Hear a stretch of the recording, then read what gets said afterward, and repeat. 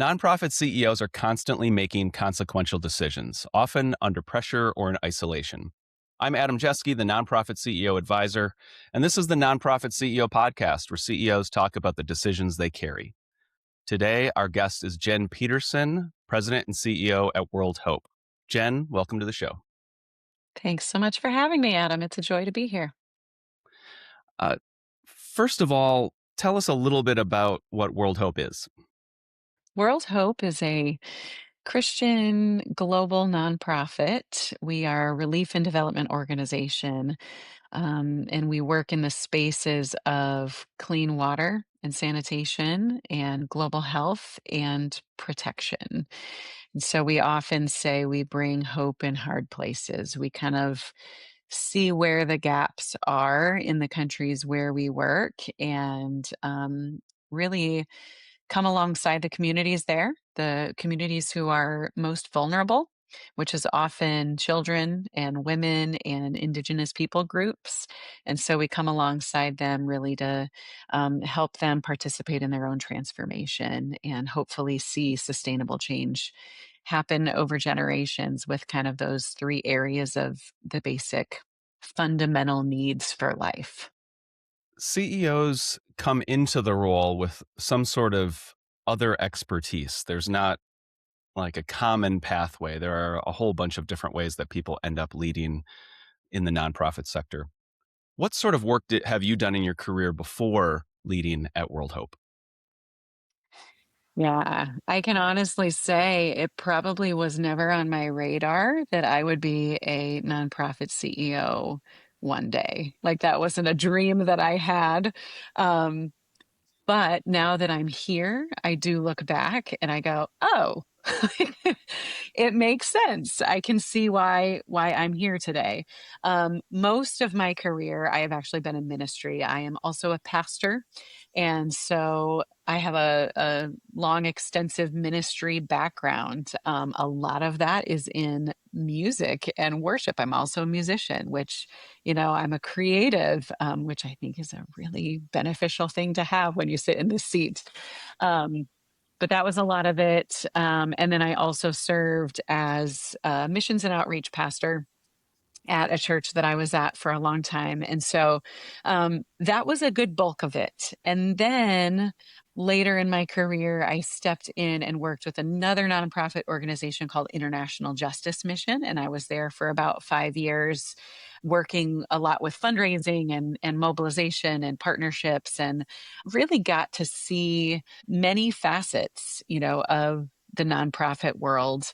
And then when World Hope came along, I had known and loved and supported World Hope for many, many years. Kind of got to see World Hope as an outsider, as a supporter. And now it's a joy to be able to sit here, and it's neat to see kind of that collision, if you will, of my leadership experience, as well as nonprofit experience, as well as creativity, all kind of coming together in this role in order to serve the organization at this time.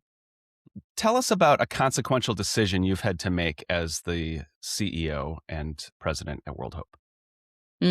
Okay, so I have been the CEO of World Hope International for 1 year. And it's amazing how much you learn in that first year. And just how, managing change is like such a huge part of the role of CEO, and making decisions constantly. And in that first year, um, that feels never ending. So that in and of itself was a learning experience. World Hope is 30 years old this year. And so as you can imagine, there are a lot of things that have been done because that's the way they were always done. Some of them still work really, really well. Some of them need to kind of be examined, right? And go, is this still serving the people that we're serving on the ground? Is this serving our teams? And is it serving our donors? Is it serving our organization? So asking all of those questions, that was so much of last year. And one of the things that we've done for a long time is the kind of traditional older model of child sponsorships, that Mm-hmm. one-to-one donor Hmm. to child relationship. And I will say, like, World Hope has done a really good job of making child protection primary. Like, that's been a big piece of it. So we did a really good job of that. But as we started digging in and just asking the question of, is this still working? Is this model the best thing for us right now? We started listening a lot, listening to our teams that are implementing this in the field, listening to our donors who are child sponsors, and listening to the people, the recipients, the beneficiaries, and those who are serving them. And it really came down to the answer was this isn't actually serving any of those areas the best that it can be. So then we had to go through the process of, all right, how do we make this change? What does it need to look like? And it really came down to the fact of our teams really need to have the approach of, instead of a one-to-one model, it is really a, we are wanting to and needing to serve whole schools and whole families and whole communities. One of our country directors even said, isn't that just like the logical, natural outcome of child sponsorship, community development? Like, shouldn't that be the natural outflow? Is actually this is now moving to a community centered approach. And so that's what we've been working on. That's hard to do when you have a program that's been going for 30 years. That's a big change, and having to have those conversations. So we did a lot of due diligence from the beginning of talking with other organizations who've made this change. What were the best practices? What didn't work? What are the things that maybe, they learned that we can avoid because of the pain points? What are the things we need to make sure we do? And so, we're in the process right now of making that transition. It was really, really affirmed to me when I was just in Southeast Asia and I was in the Philippines and talking with one of our communities that we're serving with child sponsorships. Without even us asking the question or prompting the conversation, this pastor, who is really our liaison between World Hope and the community, sat us down and said, "Can I be honest with you? The way we're doing child sponsorship is not working for us. It's not helpful.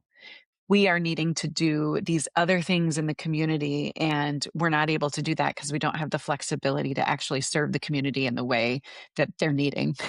So we said, okay, tell us more. Like, can, how can we help with that? And so, that was just, again, just really confirming and affirming for us that this is the right decision. And so now we're in the communication period of sending out letters to each of our sponsors and saying, here's the new approach that we're taking. Let's get on a phone call. We're hosting a webinar where they can come and listen to, why we're making the change, hearing from the field as to how they're excited about this whole community approach, how it actually is going to be serving not only children, but the parents and their families and the schools and the community, and how more of their dollar is actually going to go to the field because it doesn't have the administrative lift that one-to-one program has. So that's really been a huge change for us. So it's a little bit like TBD on, what that response is going to be. We are honestly praying for 100% retention rate plus some increase because we're excited about our new Hope Partner program, that is going to be, a more comprehensive and holistic recurring giving program that is actually not only going to benefit the organization as a whole overall more, but it's also going to benefit those on the ground that we serve, and the teams who are implementing that work. So we know it's a tough task, but we're excited about the outcome. Was there a particular dynamic or pain point that led you to start asking those questions of all the different stakeholders and if the model was working well? Yeah, I mean, part of it was, we've just seen a decline in our child sponsors over the years. So it has not been a growth engine for us for many, many years. And knowing what we know on our side, like that's a huge lift.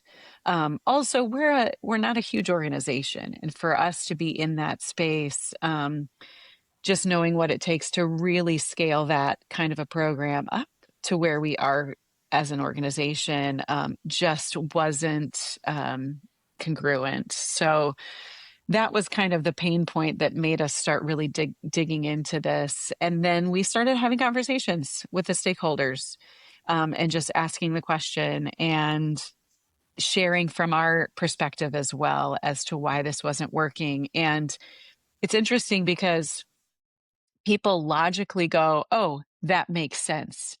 More than anything, it's an emotional change for people because they're used to, um, for better or for worse, going, I'm supporting my child, right? And there's that one-to-one connection. And that's a big pain point for people because it feels like you're taking away a deep connection. So, yeah, that's probably the hardest part of it. How long did it take to make a decision from starting to do a bit of research to this is where we're headed? Mhm.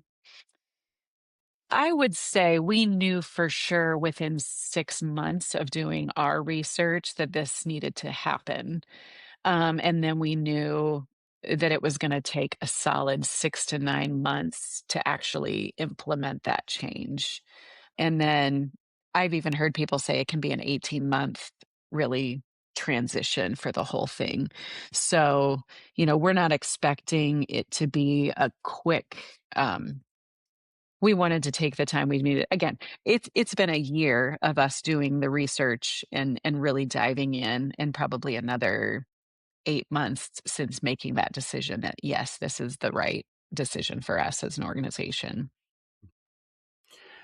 Did you use any techniques in your process to make this decision? Were there tools that you used to help you make this decision?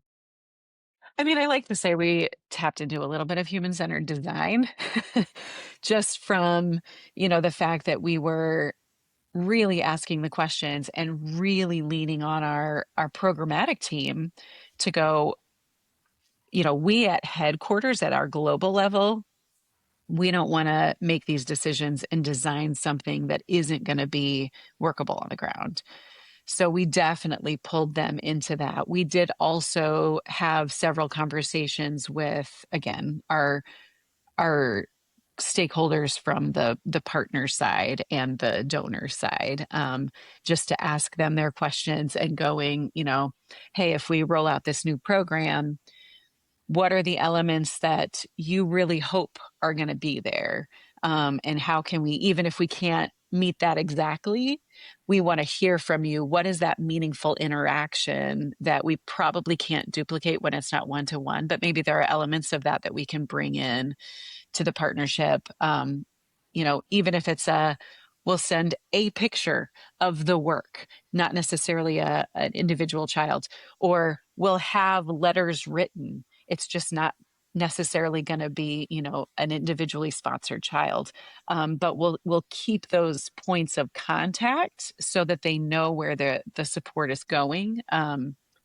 Things like that. So that would be one thing. Definitely leveraging just communication rhythms and putting a cadence into place, to make sure that, we have, this many touch points with our current donors so that they aren't missing it as it's coming out, and making sure it's coming across via email and phone call and, a live video where they can participate. So, one-to-one conversations when those can happen as well. So trying to hit as many of those communication, methods as possible would be another one. Yeah. And then lots of conversations. I mean, just getting input from experts. Again, gleaning from people who've walked through this process, and, you know, nobody's ever going to do it perfectly. Like, we know that for sure, but we can definitely come alongside each other and learn from our own mistakes. So that's been a big part of it too. Tell me more about the people you, as the CEO walking through this process, were able to tap into for advice or perspective, whether they've done it before or they have some other, uh, perspective that would be helpful in the process? And who were you able to ask for perspective to inform your decision making process? And were there things that you didn't have that you wish you had perspective wise along the way? Mm. We definitely went to, first of all, other organizations um, that are already in this space. Like, what are their criteria for, you know, starting a sponsorship program to begin with? What are the pros and cons? Like doing all of that, just kind of research and talking with other organizations who've made that shift, because we know other people have done this in the past. And so again, hearing from them.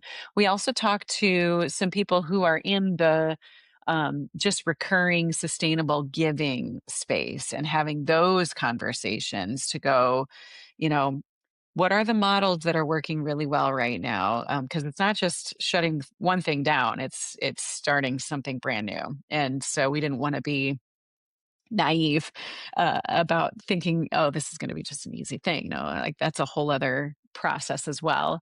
And were there specific individuals that you needed to approach as the CEO to ultimately make the decision at the end of the process? Mm.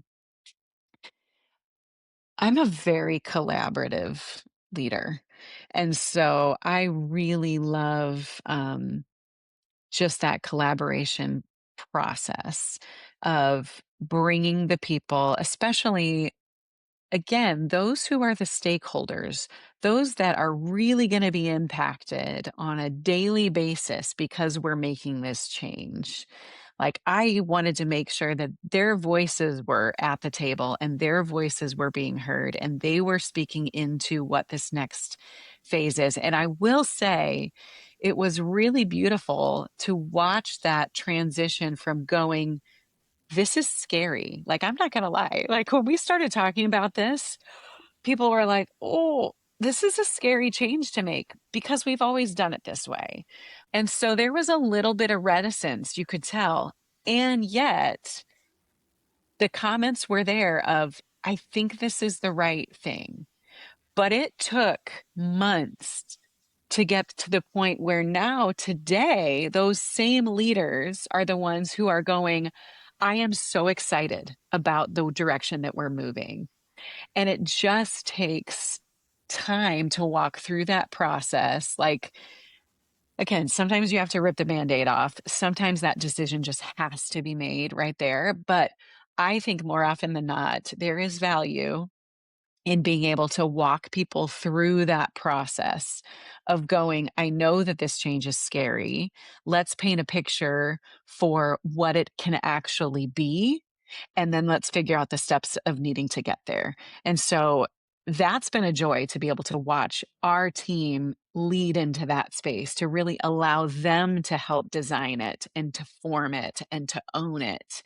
And now for them to be the ones that are going, I'm so excited about this. This is what we are really needing. This is how it's just it kind of unlocks the creative potential for your teams that maybe were just in they were just kind of like, what is that old time clock thing, right? What is that? Punching the card, right? They were just punching the card, Yeah. um, and doing the same thing over and over. And this has really unlocked that creative potential for the team to dream about, hey, what if we could see this kind of impact in the community that we didn't see before? Um, you know, Now, like, we're going to be able to provide not just school tuition and school supplies for a handful of kids. We're actually going to be providing like training for parents when it comes to, prevention of online exploitation. We're going to be able to bring a community together to talk about like the importance of sanitation in these communities. It's that expansion of the things, even making sure like people have access to their birth certificates because when they get older and they need to get a job, they need to have a birth certificate. And if that's not part of their community practice, now this is going to be part of it. So, like, these things that I don't know that we ever would have thought about before are now at the forefront and like creating more and more empowerment for people. So that's been really, really exciting. One of the things you'd asked about is what was lacking. I mean, always you're going to go, man, I just wish we had more funds that we could put toward making this transition happen and really like, getting the marketing out about it that we needed to. And that's not our reality right now. But what it does allow us to do is it allows us to be really resourceful and perhaps be even more intentional with our communications, to make sure that like, is everybody hearing this? Like, we want to make sure nobody's blindsided by this, as much as possible. We want to have this communication on as many levels. So, again, there's a bit of a scrappiness and a resourcefulness that comes when you don't necessarily have all of the financial means that you wish that you had. You figure it out. And that's kind of what change management's all about. So, Oftentimes, in something this long, of a decision making process, there's some trough or valley. You hit bottom at some point. Was there a particularly hard moment in the process for you as you were leading through this conversation? hmm. Have you ever heard the term the messy middle? Yeah, I think that's kind of it. When you're in that space where you go, okay, we know the decision is made, we know we're transitioning out of this, and we know there's going to be a new thing over here, but what in the world is that going to look like? It just feels murky and unclear. I think living in that place is one of the hardest spaces. You might call it the dark night of the soul. Right? Like Mhm. when you just go, I'm not exactly sure what this is going to look like. So I think that was probably the hardest part. Maybe I'm naively saying that right now because, we're just starting to communicate this out with donors. So maybe that's actually ahead of us still. But from the feedback we're already receiving, like, again, people understand the need. It is the hardest part's going to be painting the picture for what the new is without just slapping a new name on an old program. It's actually going, no, this is how it's different. This is how it's actually working to serve, you know, whole communities, ultimately the whole organization with that recurring giving. So, because that was part of it too, is that the only kind of regular recurring revenue that we had as an organization went to this very small piece of the pie over here that was known as our child sponsorship program. So that was the only thing. And now what we're introducing is actually the recurring giving program that's going to benefit the entire organization, which is going to just elevate our consistency. It makes sense logically. Again, it's just getting over that emotional connection, I think, for a lot of our donors, which is completely understandable. This is a really big decision and now change process for you to take on as a brand new CEO. How has it felt? Yeah, it has felt a little bit scary at times. I will say I don't know that I ever had the moment of going, "Oh no, are we making the wrong decision?" Mhm. Like, it has felt pretty consistently, this is the right decision. This is the right decision for the organization right now, where we are, where we wanna go. Like, it just made sense. So I think that was the most comforting thing, was just knowing from many angles, this is the right decision. Mhm. The hard part is, I met a 96-year-old man who came to a church service one morning with, oxygen in his nose and hands me a check and said, this is for my sponsored child. That's the hardest moment because you go, oh, do we have to tell him? Like, can we just let him keep going. Those are the hardest ones because, again, change is hard for people. Change is hard, Adam. Um, and you just want to take the easy way out.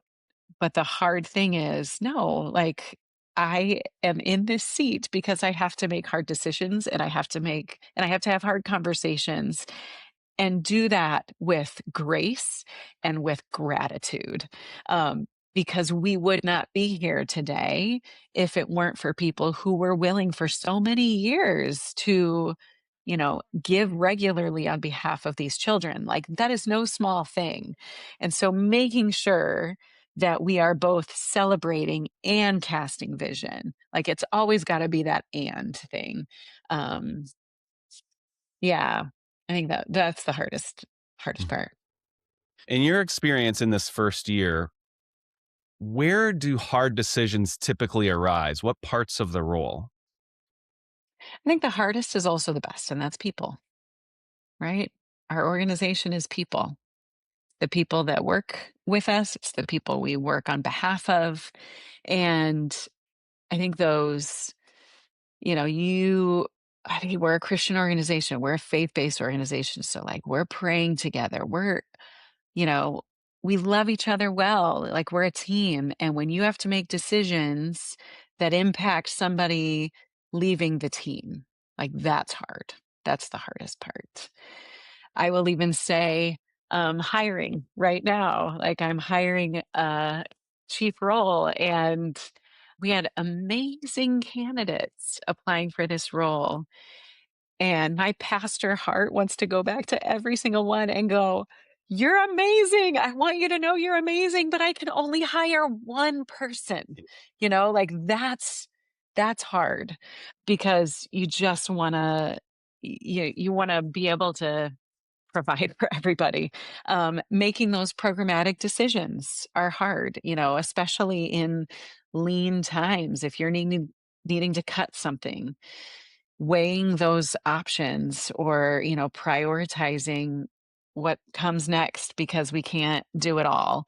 Those are hard decisions, but those are also some of the best decisions when you go, we have to say yes to the things we have to say yes to that we do best, and we have to say no to the things that are either going to be a distraction or are going to just they aren't the best. That's the good to great. Like those are the hard decisions, but they're the good decisions. Okay, lightning round, some quick hit questions and Okay. answers. What do you wish someone had told you before you took this role? You are going to make a lot of decisions every single day. You also are going to show up to a lot of meetings feeling like maybe you're not as prepared as you want to be. Some point, Jen, you and I will have a conversation to hear some of those stories. um, okay. Uh, what is a book or two that has been formative for your leadership that's been helpful in this first year as CEO? Hmm. The book Traction has been a game changer for me. And we've been implementing the EOS um, system. Yeah, so good. There it is. And my friends told me right when I took it, you should read Traction. And I did not. And then I finally read Traction, and I'm so glad I did. I would say Patrick Lencioni's entire catalog. I'm just so grateful for his Hmm. voice in the leadership space. I would say Strengthening the Soul of Your Leadership by Ruth Haley Barton. I Hmm. just absolutely love and go back to that time after time. Oh, what else? I am always reading about 12 books at a time.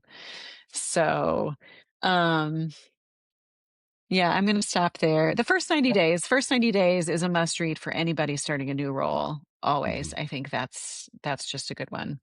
Hmm. Yeah. Is there a piece of conventional wisdom for CEOs or leaders that you ignore? It's a great question.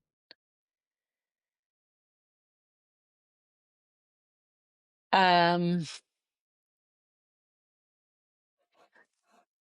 a good piece of I mean,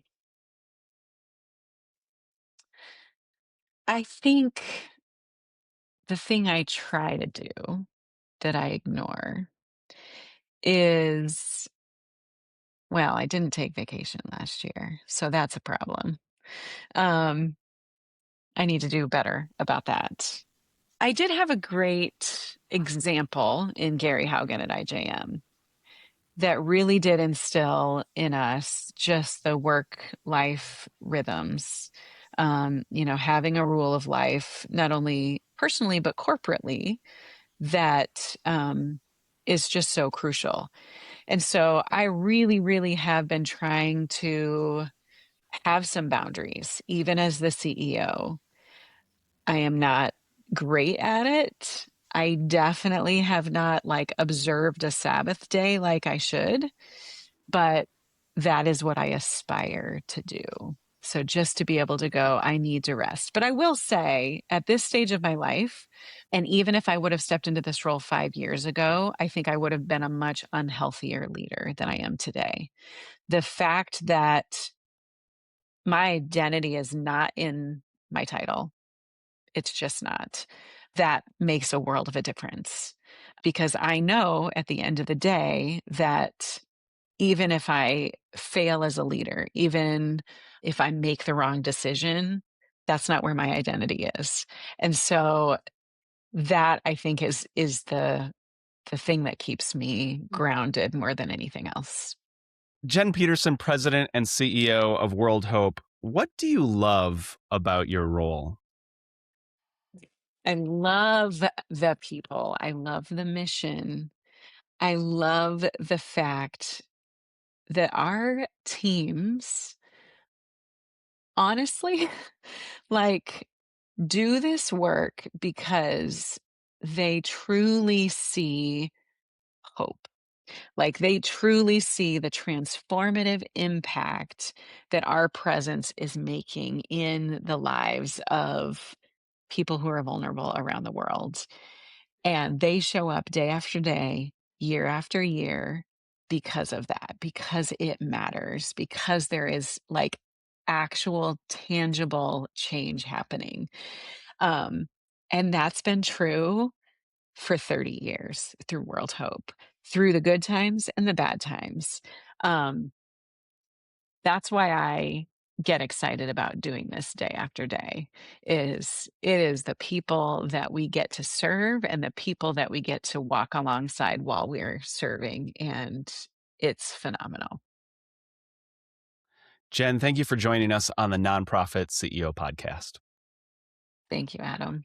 It was a joy. If you know a nonprofit CEO who's carrying something significant, send them the show. And if you want more of the patterns that I'm seeing across conversations with hundreds of CEOs, you need the Nonprofit CEO briefing at nonprofitceo.com. It's delivered weekly. I'm Adam Jeske, the Nonprofit CEO Advisor. Thank you for what you're leading.